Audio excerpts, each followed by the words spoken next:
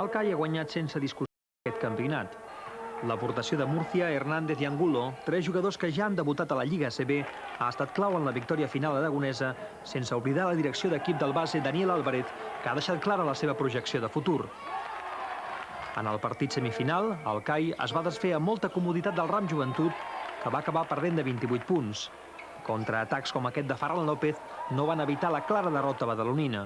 Acció individual de Múrcia que fa aquest bàsquet davant de 4 defensors de la penya. Alberto Angulo va fer 80 punts en 5 partits, amb un bon percentatge de triples. Gustavo Nieto, el tècnic del BBB, va ser escollit millor entrenador del campionat gràcies al rendiment de l'equip de Villalba, que va sorprendre tothom. Els de la Sierra van accedir a la final després de no perdre cap partit en la fase prèvia i d'una ajustada victòria davant del Madrid en la semifinal.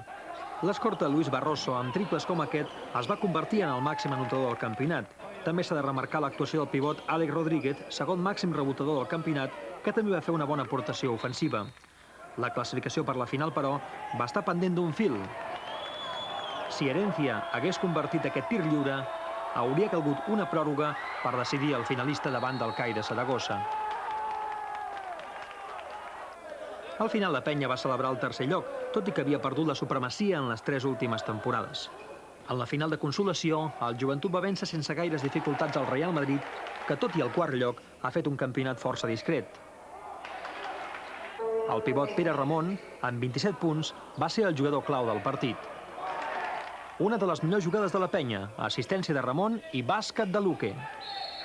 Tot i ser un equip completament diferent, amb una sèrie de limitacions d'alçada i amb un nivell de campionat molt igualat i amb equips molt bons, hem quedat tercers i per mi és com si haguessin quedat primers altres anys.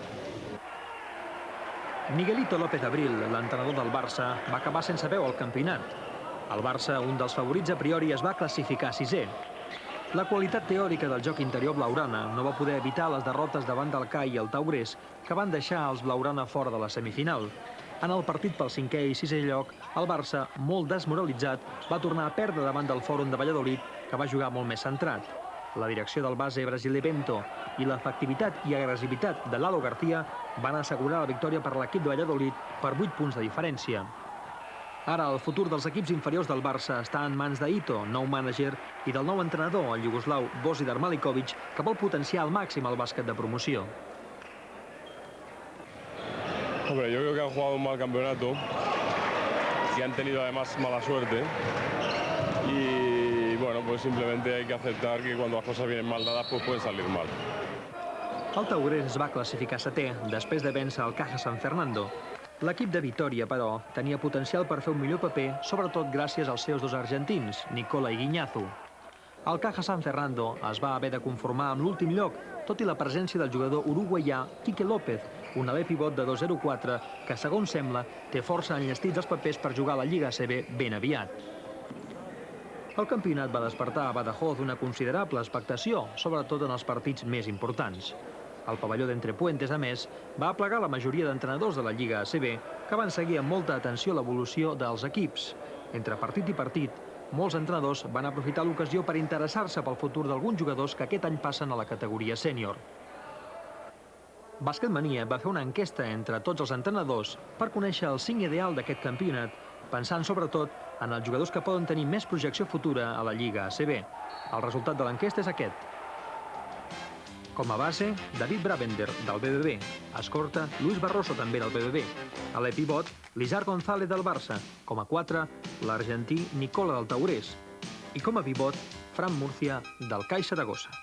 Aquestes són les seves característiques. David Bravender, el fill del nou entrenador del Madrid, va ser el motor del BBB.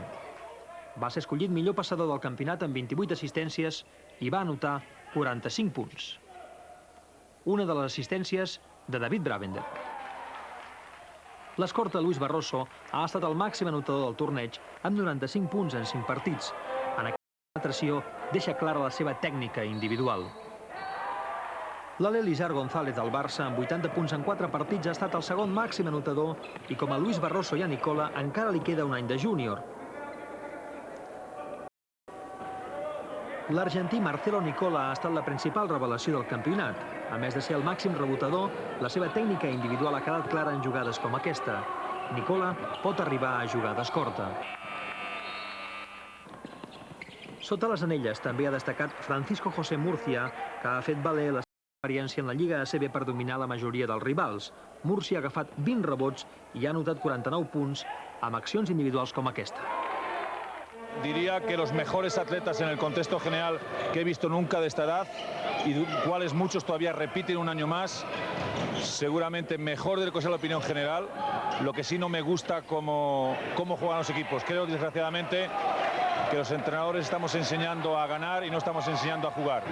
Hi ha millors atletes i menys talents de bàsquet, potser perquè la generació del 69 i del 68, les dues generacions anteriors van ser molt bones, van haver molts jugadors que han tingut un futur a la selecció nacional, per exemple, ja molt ràpid. Segons alguns tècnics, a Badajoz han participat en aquest campionat d'Espanya júnior més de 20 jugadors que poden tenir un bon futur en la Lliga ACB. Ara cal que aquests jugadors continuïn la seva progressió i que els clubs confiïn en les seves possibilitats i els donin oportunitats ben aviat.